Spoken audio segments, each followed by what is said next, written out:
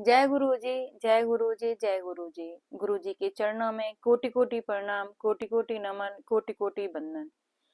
गुरु जी की प्यारी प्यारी संगत को जय गुरु जी। संगत जी, आज हम शिव महापुराण की कथा शुरू करने जा रहे हैं। गुरु जी की इस महापुराण की कथा शुरू करने से पहले आप और हम सब मिलकर गुरु जी का मंत्र जाप करेंगे। पूरे भाव से गुरु जी के श्री चरणों का ध्यान करते हुए मिलकर एक साथ ओम नमः शिवाय, शिवजी सदा सहाय। ओम नमः शिवाय, गुरुजी सदा सहाय। ओम नमः शिवाय, शिवजी सदा सहाय। ओम नमः शिवाय, गुरुजी सदा सहाय। संगत जी, हमने जो शिव महापुराण की कथा को विराम दिया था, उस वहां से आगे आज से हम शुरू करेंगे। इसमें है षणलिंग स्वरूप प्रणव का महात्म्य, उसके सूक्ष्म रूप ओंकार और स्थूल रूप पंचाक्षर मंत्र का विवेचन, उसके जप की विधि, महिमा, कार्य ब्रह्मा के लोकों से लेकर कारण रुद्र के लोकों तक का विवेचन करके कालातीत पंचावरण विशिष्ट शिवलोक के अनिवर्चनीय वैभव का निरूपण तथा शिव भक्तों के सत्कार की महत्ता।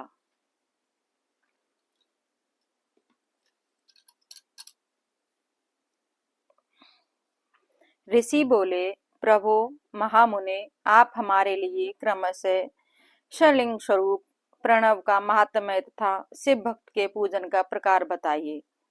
सूत जी ने कहा, महर्षियों, आप लोग तपस्या के धनी हैं। आपने यह बड़ा सुंदर प्रश्न उपस्थित किया है, किंतु इसका ठीक ठीक उत्तर महादेव जी ही जानते हैं, दूसरा कोई नहीं।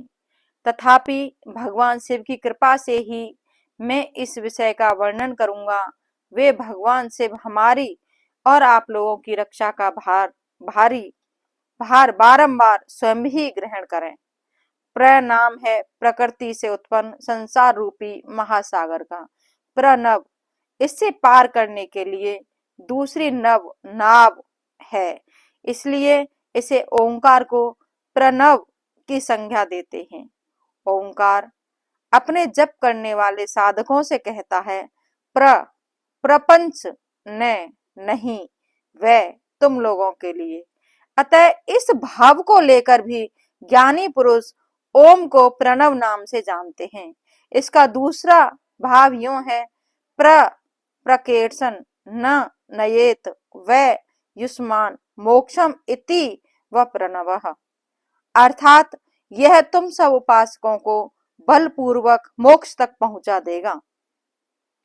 इस अभिप्राय से भी इसे ऋषि मुनि प्रणव कहते हैं।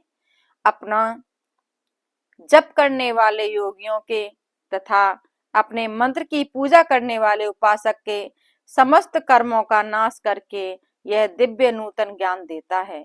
इसीलिए भी इसका नाम प्रणव है। उन माया रहित महेश्वर को ही नव अर्थात नूतन कहते हैं। वे परमात्मा प्रकट रूप से नव अर्थात शुद्ध स्वरूप है, इसीलिए प्रणव कहलाते हैं। प्रणव साधक को नव अर्थात नवीन शिव स्वरूप कर देता है, इसीलिए भी विद्वान पुरुष उसे प्रणव के नाम से जानते हैं, अथवा प्रकट रूप से नव दिव्य परमात्मा ज्ञान प्रकट करता है, इसलिए वह प्रणव है। प्रणव के दो भेद बताए गए हैं, स्थूल और सूक्ष्म। एक अक्षर रूप जो ओम है, उसे सूक्ष्म प्रणव जानना चाहिए, और नमः शिवाय इस पांच अक्षर वाले मंत्र को स्थूल प्रणव समझना चाहिए। जिसमें पांच अक्षर व्यक्त हैं, जिसमें पांच अक्षर व्यक्त नहीं है वह सूक्ष्म है, और जिसमें पांचों अक्षर सुस्पष्ट रूप से व्यक्त हैं वह स्थूल है। जीवन मुक्त पुरुष के लिए सूक्ष्म प्रणव के जप का विधान है। मतलब संगत जी, ओम के नाम के जप का विधान है, वही इसके लिए समस्त साधनों का सार है। यद्यपि जीवन मुक्त के लिए किसी साधन की आवश्यकता नहीं है, क्योंकि वह सिद्ध रूप है, तथापि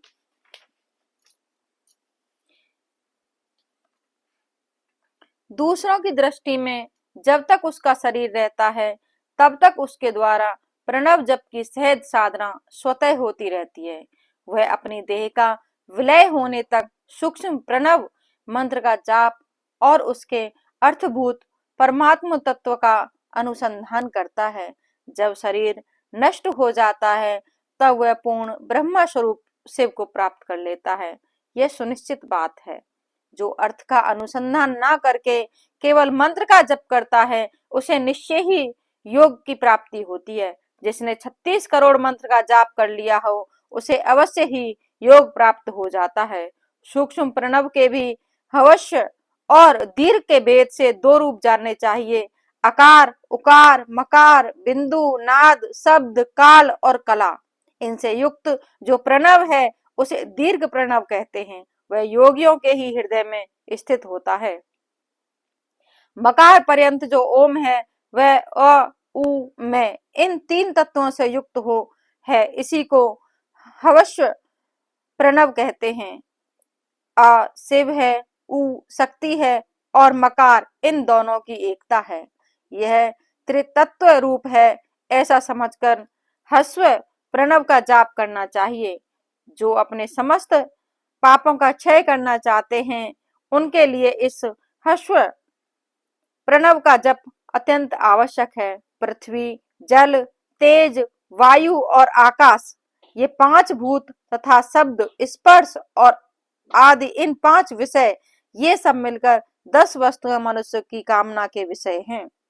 इनकी आशा मन में लेकर जो कर्मों के अनुष्ठान में संलग्न होते हैं, वे 10 प्रकार के पुरुष प्रवृत्त अथवा प्रवृत्ति मार्गी कहलाते हैं। और तथा जो निष्काम भाव से शास्त्र विहित कर्मों का अनुष्ठान करते हैं, वह निर्वर्त अथवा निर्वर्ती मार्गी कहे गए हैं। प्रवर्त पुरुषों को हस्व प्रणव का ही जप करना चाहिए और निर्वर्त पुरुषों को दीर्घ प्रणव का व्याहृतियों तथा अन्य मंत्रों के आदि में इच्छानुसार शब्द और कला से युक्त प्रणव का उच्चारण करना चाहिए। वेद के आदि में और दोनों संध्याओं की उपासना के समय भी ओंकार का उच्चारण करना चाहिए। प्रणव का 9 करोड़ जप करने से मनुष्य शुद्ध हो जाता है। फिर 9 करोड़ का जप करने से वह पृथ्वी तत्व पर विजय पा लेता है। तत्पश्चात पुनः 9 करोड़ का जप करके वह जल तत्व को जीत लेता है। पुनः 9 करोड़ जप से अग्नि तत्व पर विजय पाता है। तदंतर फिर 9 करोड़ का जप करके वह वायु तत्व पर विजय प्राप्त कर लेता है। फिर 9 करोड़ के जप से आकाश को अपने अधिकार में कर लेता है। इसी प्रकार 9 करोड़ का जप करके क्रमशः वह गंध, रस, रूप, स्पर्श और शब्द पर विजय पाता है। इसके बाद फिर 9 करोड़ का जप करके अहंकार को भी जीत लेता है। इस तरह 108 करोड़ प्रणव का जप करके उत्कृष्ट बोध को प्राप्त हुआ पुरुष शुद्ध योग का लाभ करता है। शुद्ध योग से युक्त होने पर वह जीवन मुक्त हो जाता है, इसमें संशय नहीं है। सदा प्रणव का जप और प्रणव रूपी शिव का ध्यान करते करते समाधि में स्थित हुआ महायोगी पुरुष साक्षात शिव ही है, इसमें संशय नहीं है। पहले अपने शरीर में प्रणव के ऋषि, छंद और देवता आदि का न्यास करके फिर जप आरंभ करना चाहिए। अकार आदि मृत का वर्णों से युक्त प्रणव का अपने अंगों में न्यास करके मनुष्य ऋषि हो जाता है। मनुष्य के 10 विध संस्कार, मृत का न्यास तथा संशोधन के आदि के साथ संपूर्ण न्यास फल उसे प्राप्त हो जाता है। प्रवृत्ति तथा प्रवृत्ति निवृत्ति से मिश्रित भाव वाले पुरुष के लिए स्थूल प्रणव का जप ही अभिष्ट साधक होता है। क्रिया, तप और जप के योग से शिव योगी 3 प्रकार के होते हैं, जो क्रमशः क्रिया योगी, तपो योगी और जप योगी कहलाते हैं। जो धन आदि वैभवों से पूजा सामग्री का संचय करके हाथ आदि अंगों से नमस्कार आदि क्रिया करते हुए इष्ट देव की पूजा में लगा रहता है, वह क्रिया योगी कहलाता है। पूजा में संलग्न रहकर जो परिमित भोजन करता है, ब्राह्मण इंद्रियों को जीतकर वश में किए रहता है और मन को भी वश में करके परद्रोह आदि से दूर रहता है, वह तपोयोगी कहलाता है। इन सभी सद्गुणों से युक्त होकर जो सदा शुद्ध भाव से रहता तथा समस्त काम आदि दोषों से रहित हो शांत चित्त से निरंतर जप किया करता है, उसे महात्मा पुरुष जप योगी मानते हैं। जो मनुष्य 16 प्रकार के उपचारों से शिव योगी महात्माओं की पूजा करता है, वह शुद्ध होकर सालों के आदि के क्रम से उत्तरोत्तर उत्कृष्ट मुक्ति को प्राप्त कर लेता है। द्विजो, अब मैं जप योग का वर्णन करता हूँ, तुम सब लोग ध्यान देकर सुनो। तपस्या करने वाले के लिए जप का उपदेश किया गया है, क्योंकि वह जप करते करते अपने आप को सर्वथा शुद्ध निष्पाप कर लेता है। ब्राह्मणों, पहले नमः पद हो, उसके बाद चतुर्थी विभक्ति में शिव शब्द हो तो पंचातत्व नमः शिवाय मंत्र होता है। इसे शिव पंचाक्षर कहते हैं। यह स्थूल प्रणव रूप है। इस पंचाक्षर के जप से ही मनुष्य संपूर्ण सिद्धियों को प्राप्त कर लेता है। पंचाक्षर मंत्र के आदि में ओंकार लगाकर ही सब सदा उसका जाप करना चाहिए। जो गुरु के मुख से पंचाक्षर मंत्र का उपदेश पाकर जहाँ सुखपूर्वक निवास किया जा सके, ऐसी उत्तम भूमि पर महीने के पूर्व पक्ष शुक्ल पक्ष में प्रतिपदा से आरंभ करके जो कृष्ण पक्ष की चतुर्दशी तक निरंतर जप करता रहे, माघ और भादों के महीने में अपना विशिष्ट महत्व रखते हैं। यह समय सभी समयों में उत्तमोत्तम माना गया है। साधक को चाहिए कि वह प्रतिदिन एक बार परिमित भोजन करे, मौन रहे, इंद्रियों को वश में रखे, अपने स्वामी एवं माता पिता की नित्य सेवा करे। इस नियम से रहकर जप करने वाला पुरुष एक सहस्त्र जप से ही शुद्ध हो जाता है, अन्यथा वह ऋणी होता है। भगवान शिव का निरंतर चिंतन करते हुए पंचाक्षर मंत्र का 5 लाख जप करे। जप काल में इस प्रकार ध्यान करे, कल्याण दाता भगवान शिव कमल के आसन पर विराजमान है। उनका मस्तक श्री गंगा जी तथा चंद्रमा की कला से सुशोभित है। उनकी बाईं जांघ पर आदि शक्ति भगवती माँ उमा बैठी हैं। वहां खड़े हुए बड़े बड़े गढ़ भगवान शिव की शोभा बढ़ा रहे हैं। महादेव जी अपने 4 हाथों में मृग मुद्रा, टंक और वर एवं अभय की मुद्राएं धारण किए हुए हैं। इस प्रकार सदा सब पर अनुग्रह करने वाले भगवान सदा शिव का बारंबार स्मरण करते हुए हृदय तथा सूर्य मंडल में पहले उनकी मानसिक पूजा करके फिर पूर्वाभिमुख होकर पूर्वोक्त पंचाक्षरी विद्या का जप करे। उन दिनों साधक सदा शुद्ध कर्म ही करे और दुष्कर्म से बचा रहे। जबकि समाप्ति के दिन कृष्ण पक्ष की चतुर्दशी को प्रातः काल नित्य कर्म करके शुद्ध एवं सुंदर स्थान में सोच संतोष आदि नियमों से युक्त हो शुद्ध हृदय से पंचाक्षर मंत्र का 12 सहस्र जप करे। तत्पश्चात 5 सपत्नीक ब्राह्मणों का जो श्रेष्ठ एवं शिव भक्त हो वरण करे। इनके अतिरिक्त एक श्रेष्ठ आचार्य प्रवर का भी वरण करे और उसे सांब सदाशिव का स्वरूप समझे।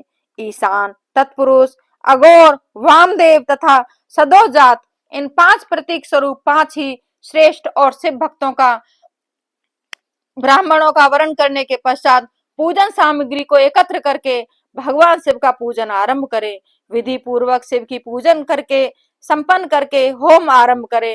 अपने ग्रह सूत्र के अनुसार सुखांत कर्म करके अर्थात परिसमूहन, उपलेपन, उल्लेखन, मृद, उद्भरण और अभ्युक्षण, इन 5 भू संस्कारों के पश्चात वेदी पर स्वाभिमुख अग्नि को स्थापित करके कुशकंडिका के अनंतर प्रज्वलित अग्नि में आज्ञा भगवान आहुति देकर प्रस्तुत होम का कार्य आरंभ करे। कपला गाय के घी से 11, 100 अथवा 1001 आहुतियां स्वयं ही दे अथवा विद्वान पुरुष शिव भक्त ब्राह्मणों से 108 आहुतियां दिलवाए। होम कार्य समाप्त होने पर गुरु को दक्षिणा के रूप में एक गाय और बैल देने चाहिए। ईशान आदि के प्रतीक रूप जिन 5 ब्राह्मणों का वर्ण किया गया हो उनको ईशान आदि का स्वरूप ही समझे तथा आचार्य को सांब सदाशिव का स्वरूप माने। इसी भावना के साथ उन सब के चरण धोएं और उनके चरणोदक से अपने मस्तक को सींचें। ऐसा करने से साधक अगणित तीर्थों में तत्काल स्नान करने का फल प्राप्त कर लेता है। उन ब्राह्मणों को भक्ति पूर्वक दशांश अन्न देना चाहिए। गुरु पत्नी को पराशक्ति मानकर उनका भी पूजन करें। ईशान आदि क्रम से उन सभी ब्राह्मणों का उत्तम अन्न से पूजन करके अपने अपने वैभव विस्तार के अनुसार रुद्राक्ष, वस्त्र, बड़ा और पुआ आदि अर्पित करें। तदंतर दिक्पाल आदि को बलि देकर ब्राह्मणों को भरपूर भोजन करवाएं। इसके बाद देवेश्वर शिव से प्रार्थना करके अपना जप समाप्त करें। इस प्रकार पुरस्चरण करके मनुष्य उस मंत्र को सिद्ध कर लेता है। फिर 5 लाख जप करने से समस्त पापों का नाश हो जाता है। तदंतर पुनः 5 लाख जप करने पर अतल से लेकर सत्यलोक तक 14 भुवनों पर क्रमशः अधिकार प्राप्त कर लेता है। यदि अनुष्ठान पूर्ण होने के पहले बीच में ही साधक की मृत्यु हो जाए तो वह परलोक में उत्तम भोग भोगने के पश्चात पुनः पृथ्वी पर जन्म लेकर पंचाक्षर मंत्र के जप का अनुष्ठान करता है। जय गुरु जी। समस्त लोगों का ऐश्वर्य पाने के पश्चात वह मंत्र को सिद्ध करने वाला पुरुष यदि पुनः 5 लाख जप करे तो उसे ब्रह्मा जी का सामीप्य प्राप्त होता है। पुनः 5 लाख जप करने से सारूप्य नामक ऐश्वर्य प्राप्त होता है और 100 लाख जप करने से वह साक्षात ब्रह्मा के समान हो जाता है। इस तरह कार्य ब्रह्मा हिरण्य गर्भ का सायुज्य प्राप्त करके वह उस ब्रह्मा का प्रलय होने तक उस लोक में यथेष्ट भोग भोगता है। फिर दूसरे कल्प का आरंभ होने पर वह ब्रह्मा जी का पुत्र होता है। उस समय फिर तपस्या करके दिव्य तेज से प्रकाशित हो वह क्रमशः मुक्त हो जाता है। पृथ्वी आदि कार्य स्वरूप भूतों द्वारा पाताल से लेकर सत्यलोक पर्यंत ब्रह्मा जी के 14 लोक क्रमशः निर्मित हुए हैं। सत्यलोक से ऊपर क्षमा लोक तक जो 14 भुवन हैं वो भगवान विष्णु के लोक हैं। क्षमा लोक से ऊपर सूची लोक पर्यंत 28 भुवन स्थित हैं। सूची लोक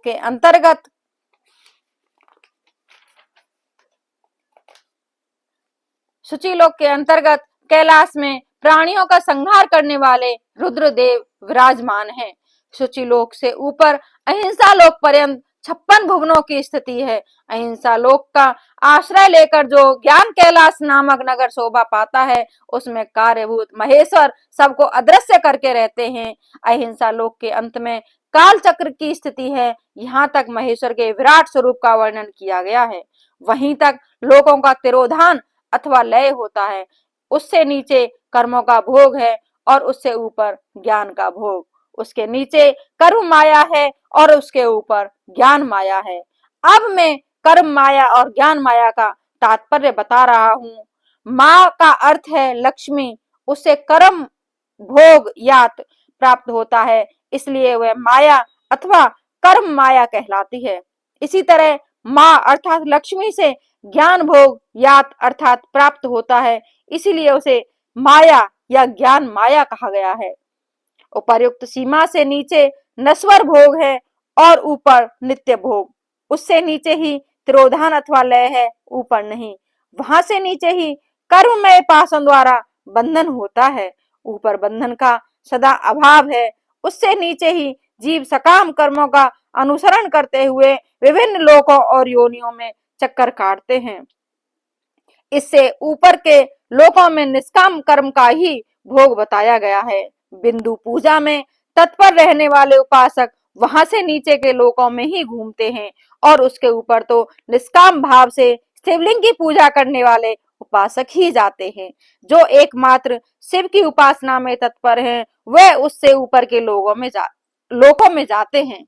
वहीं से नीचे जीव कोटि है और ऊपर ईश्वर कोटि है। नीचे संसारी जीव रहते हैं और ऊपर मुक्त पुरुष। नीचे कर्म लोक है और ऊपर ज्ञान लोक। ऊपर मद और अहंकार का नाश करने वाली नम्रता है। वहां जन्म जनित तिरोधान नहीं है, उसका निवारण किए बिना वहां किसी का प्रवेश संभव नहीं है। इस प्रकार तिरोधान का निवारण करने से वहां ज्ञान शब्द का अर्थ ही प्रकाशित होता है। आदि भौतिक पूजा करने वाले लोग उससे नीचे के लोकों में ही चक्कर काटते हैं। जो आध्यात्मिक उपासना करने वाले हैं वे ही उससे ऊपर को जाते हैं। जय गुरु जी।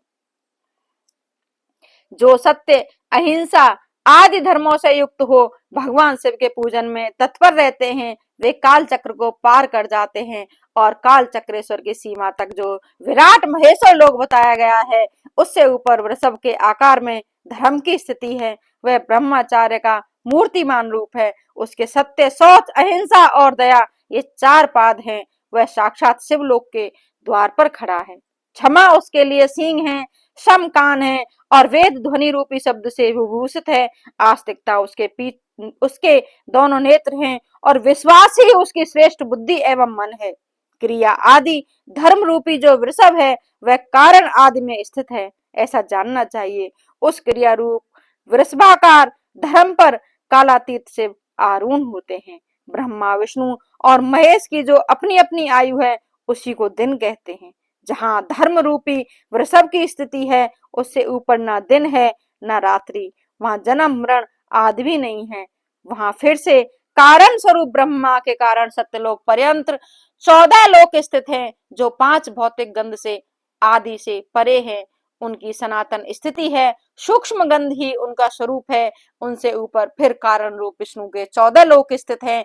उनसे भी ऊपर फिर कारण रूपी रुद्र के 28 लोकों की स्थिति मानी गई है। फिर उनसे भी ऊपर कारण वेद शिव के 56 लोक विद्यमान हैं। तदंतर शिव संबद्ध ब्रह्मचार्य लोक हैं और वहीं 5 आवरणों से युक्त ज्ञानमय कैलाश है, जहाँ 5 मंडलों, 5 ब्रह्म कला और आदि शक्ति संयुक्त आदिलिंग प्रतिष्ठित है। उससे परमात्मा शिव का शिवालय कहा गया है। वहीं पराशक्ति से युक्त परमेश्वर शिव निवास करते हैं। वे सृष्टि, पालन, संहार, तिरोभाव और अनुग्रह इन 5 कृत्यों में प्रवीण हैं। उनका श्री विग्रह सच्चिदानंद स्वरूप है, जो सदा ध्यान रूपी धर्म में ही स्थित रहते हैं और सदा सब पर अनुग्रह किया करते हैं। वे स्वात्माराम हैं और समाधि रूप आसीन पर आसीन हो नित्य विराजमान होते हैं।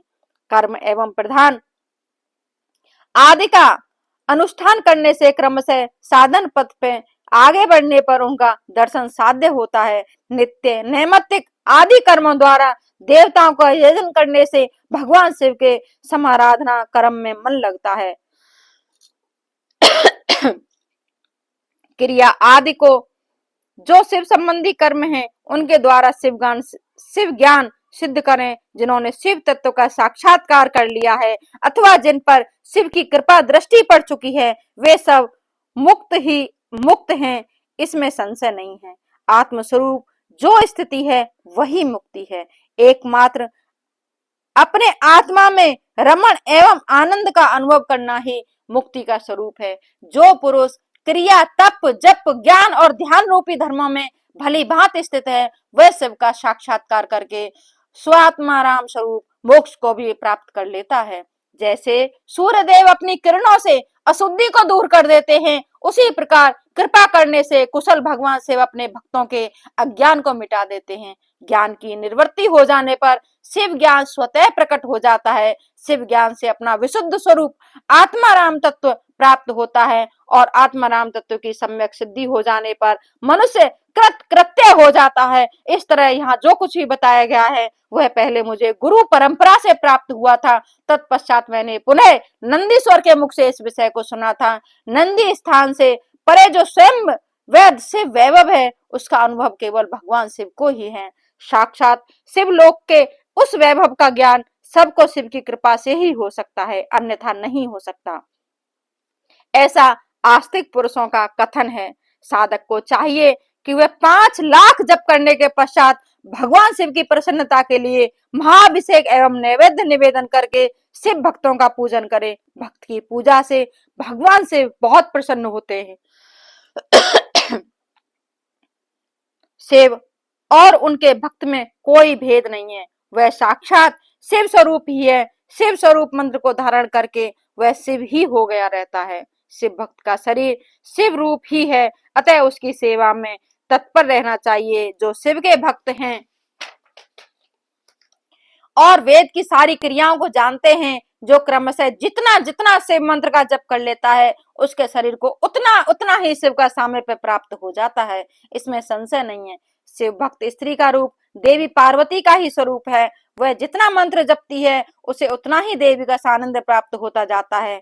साधक स्वयं शिव स्वरूप होकर पराशक्ति का पूजन करे। शक्ति, वैर तथा लिंग का चित्र बनाकर अथवा मिट्टी आदि से इनकी आकृति का निर्माण करके प्राण प्रतिष्ठा पूर्वक निष्कपट भाव से इनका पूजन करे। शिवलिंग को शिव मानकर, अपने को शक्ति रूप समझकर, शक्ति लिंग को देवी मानकर और अपने को शिव स्वरूप समझकर, शिवलिंग को नाद रूप और शक्ति को बिंदु रूप मानकर परस्पर सटे हुए शक्ति लिंग और शिवलिंग के प्रति उप प्रधान और प्रधान की भावना रखते हुए जो शिव और शक्ति का पूजन करता है वह मूल रूप की भावना करने के कारण शिव रूप ही है।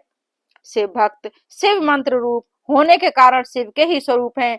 जो 16 उपचारों से उनकी पूजा करता है उसे अभिष्ट वस्तु की प्राप्ति होती है। जो शिव लिंगोपासक शिव भक्त की सेवा आदि करके उसे आनंद प्रदान करता है उस विद्वान पर भगवान से बड़े प्रसन्न होते हैं।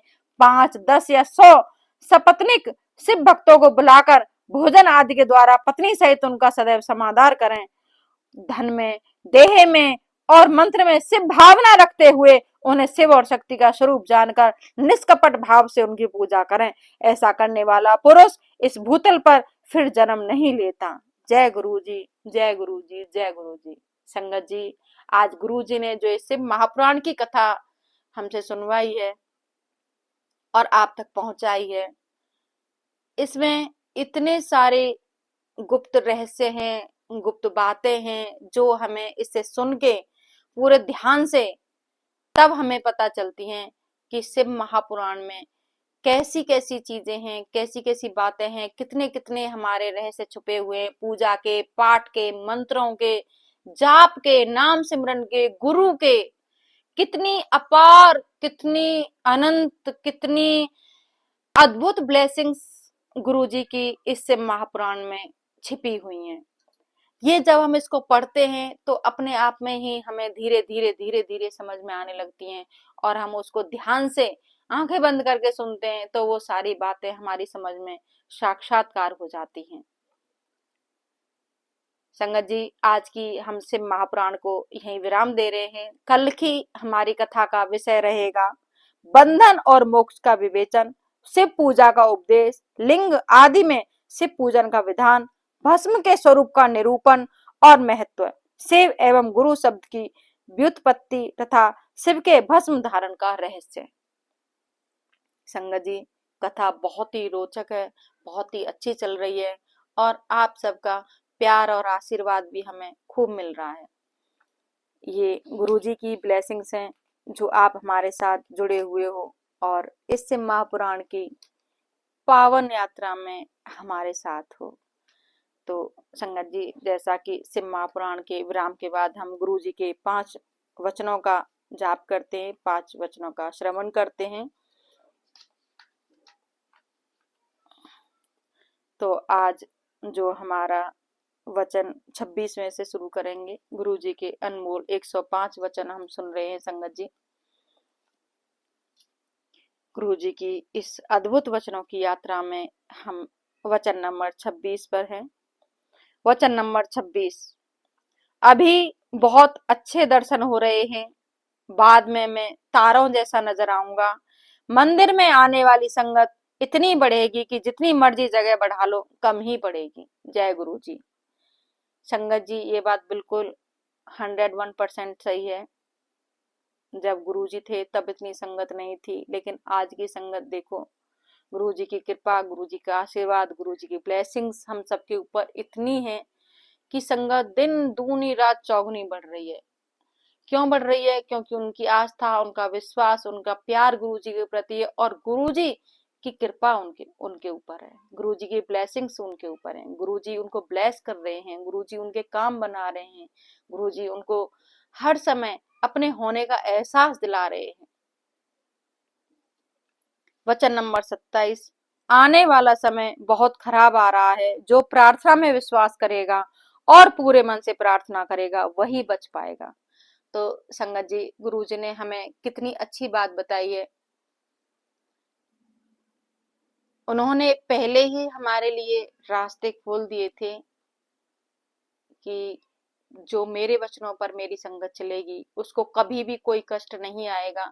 समय समय पर हम अगर इन वचनों को पढ़ते रहें, सुनते रहें, इनके ऊपर चलते रहें, एक रिमाइंडर की तरह अपनी जिंदगी में उनको ताड़ लें, तो हमें अपनी जिंदगी में कोई कठिनाई, कोई परेशानी नहीं आएगी। इसमें प्रार्थना के प्रति विश्वास, जप के प्रति विश्वास, सिमरन के प्रति विश्वास, हमारी आस्था, निष्ठा, प्रेम, भाव, वो गुरुजी ने कहा है कि जो जितना रखेगा वही इस कलयुग में बच पाएगा। वचन नंबर 28, जिसे हम प्यार से गुरुजी का आश्रम बड़े मंदिर कहते हैं, वहां आने से 12 तीर्थ स्थानों का पुण्य एक साथ मिलता है, ऐसा तथा मेरा आशीर्वाद भी मिलता है, ऐसा गुरुजी का कहना है। और ये बात बिल्कुल सही भी है संगत जी। जब वहां जाते हैं मन को इतनी शांति, सुकून, प्रसन्नता, और ऐसा लगता है कि अब हमारे सारे संकट, सारे कष्ट, सारी परेशानियां बिल्कुल खत्म हो गई। ऐसा लगता है जैसे हम अपनी पिता की गोद में आ गए, ऐसा लगता है जैसे हम अपनी माँ के आंचल में आ गए, ऐसा लगता है कि जैसे माँ का आंचल हमें हर कठिनाई से, हर परेशानी से बचा के रखता है। ऐसे गुरुजी के दरबार में आने के बाद हमें गुरुजी अपनी छाया में, अपनी ब्लेसिंग्स में ऐसे बचा के रखते हैं कि मेरी संगत पर कभी कोई कष्ट नहीं आएगा। वचन नंबर 29, बड़े मंदिर में कभी सोना नहीं चाहिए।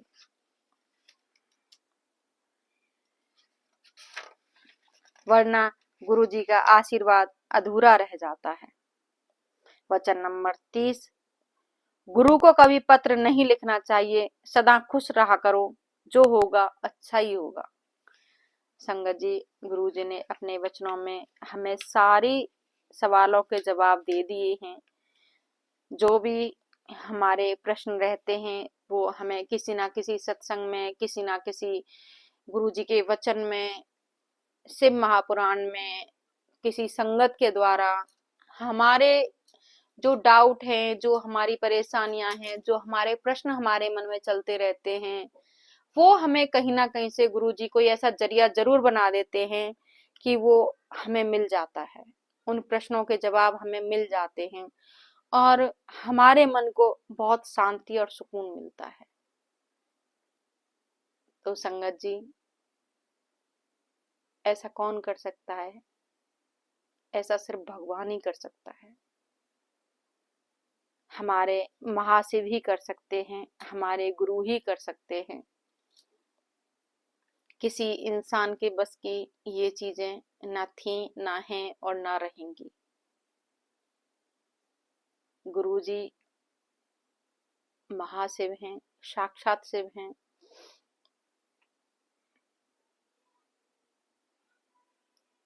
इसके बारे में एक सत्संग है मेरा, वो मैं जब सत्संग शेयर करूंगी अपना, मैं आपको तब बताऊंगी कि गुरुजी ने मुझे कैसे खुद से जोड़ा, कैसे मुझे ब्लेस किया और कितना मेरा ख्याल रखा। जैसे एक पिता अपने बच्चों का रखता है, गुरुजी कैसे हमारा ख्याल रखते हैं। ये मेरा खुद का सत्संग है और जब गुरुजी की आज्ञा होगी, अभी उनका आदेश नहीं है मुझे, जब उनका आदेश होगा मैं आपके साथ अपना ये वाला सत्संग जरूर शेयर करूंगी। और इतना प्यारा और अद्भुत सत्संग है संगत जी कि आपके बहुत सारे सवालों के जवाब इस सत्संग में जरूर मिलेंगे, ये मेरा पूरा विश्वास है। क्योंकि हम इंसान हैं संगत जी, और हम वही फील करते हैं जो हम देखते हैं। हमें सुख का भी अनुभव होता है, हमें दुख का भी होता है, हमें परेशानियां भी घेरती हैं, हमें कष्ट भी दुख देते हैं, और हमें जो हमारे जो मन मुताबिक जो काम होता है वो हमें सुख भी देता है। लेकिन हमारे जो गुरुजी हैं, हमारे जो महाशिव हैं, वो इन सब से ऊपर हैं। उन्हें ना सुख है, ना दुख है, ना परेशानी है, ना कठिनाई, उन्हें कुछ कुछ महसूस ही नहीं होता, क्योंकि वो भगवान है और भगवान उन सब से परे होते हैं, उन सब से ऊपर होते हैं। उनके लिए सुख दुख, जन्म मृत्यु कोई कुछ नहीं होता। संगत जी, मैं अपना सत्संग जब शेयर करूंगी तो आप जरूर सुनिएगा। आपके बहुत सारे डाउट क्लियर होंगे, बहुत सारे प्रश्नों के उत्तर मिलेंगे और बहुत सी ऐसी चीजें हैं जो उस सत्संग में आपको सुनने को मिलेंगी। तो इसी के साथ आज की इस महापुराण को हम यहीं विराम दे रहे हैं। गुरुजी की बातें तो हम चाहे कितने ही जन्मों जन्मों तक करते रहें तब भी वो बातें खत्म नहीं होंगी। ऐसा लगता है कि बस आंखें बंद करो और गुरुजी के चरण स्वरूप में, उनके स्वरूप में खोए रहो बस। और इसी भाव में, इसी प्यारी सी साधना में, इसी वक्त में गुरुजी हमारे हो जाते हैं और हम गुरुजी के हो जाते हैं। बस एक पल चाहिए हमें गुरुजी को खुद से जोड़ने के लिए, और वो पल इतना पावरफुल होना चाहिए संगत जी, इतना पावरफुल होना चाहिए कि हमारे और गुरुजी के बीच में कोई और ना आए, बस हम हों और हमारे गुरुजी हों। और फिर देखो आप उनके चमत्कार, फिर देखो आप उनकी माया, फिर देखो आप उनके ब्लेसिंग्स का। बहुत ब्लेस करते हैं, हर समस्या को सुनते हैं और हर समस्या से हमें निकालते हैं। जब से हम गुरुजी से जुड़ते हैं, हमारा हर रोज एक सत्संग होता है, क्योंकि हमें ऐसी आदत पड़ चुकी होती है गुरुजी की कि हम अगर कोई जरा सी बात हो, गुरुजी देख लो ना ये, गुरुजी सुन लो ना ये, गुरुजी अब आप देखो ना इसको। मतलब सुबह से शाम तक हम सिर्फ गुरुजी से यही पूछते रहते हैं, यही करते रहते हैं। यही नहीं पता चलता कि हम कहाँ हैं और गुरुजी कहाँ हैं। हम हमेशा उनके साथ ही होते हैं। जय गुरु जी, जय गुरु जी, जय गुरु जी। संगत जी बातें बहुत सारी हैं, जब मैं सत्संग शेयर करूंगी तब उसमें बताऊंगी। अब वीडियो बहुत लंबी होने वाली है, इसलिए मैं इस वीडियो को यहीं विराम दे रही हूँ। अपनी सत्संग शेयरिंग वीडियो में आपसे बहुत सारी बातें करूंगी, हो सकता है लाइव भी आ जाऊं, फिर आपसे और भी ज्यादा बातें होंगी, डायरेक्ट बातें होंगी।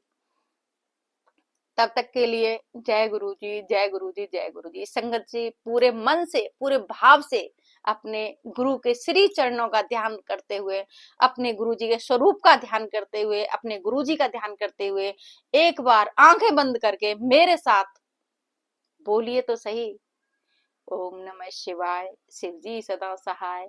ओम नमः शिवाय, गुरु जी सदा सहाय। ओम नमः शिवाय, शिव जी सदा सहाय। ओम नमः शिवाय, गुरु जी सदा सहाय। जय गुरु जी, जय गुरु जी, जय गुरु जी।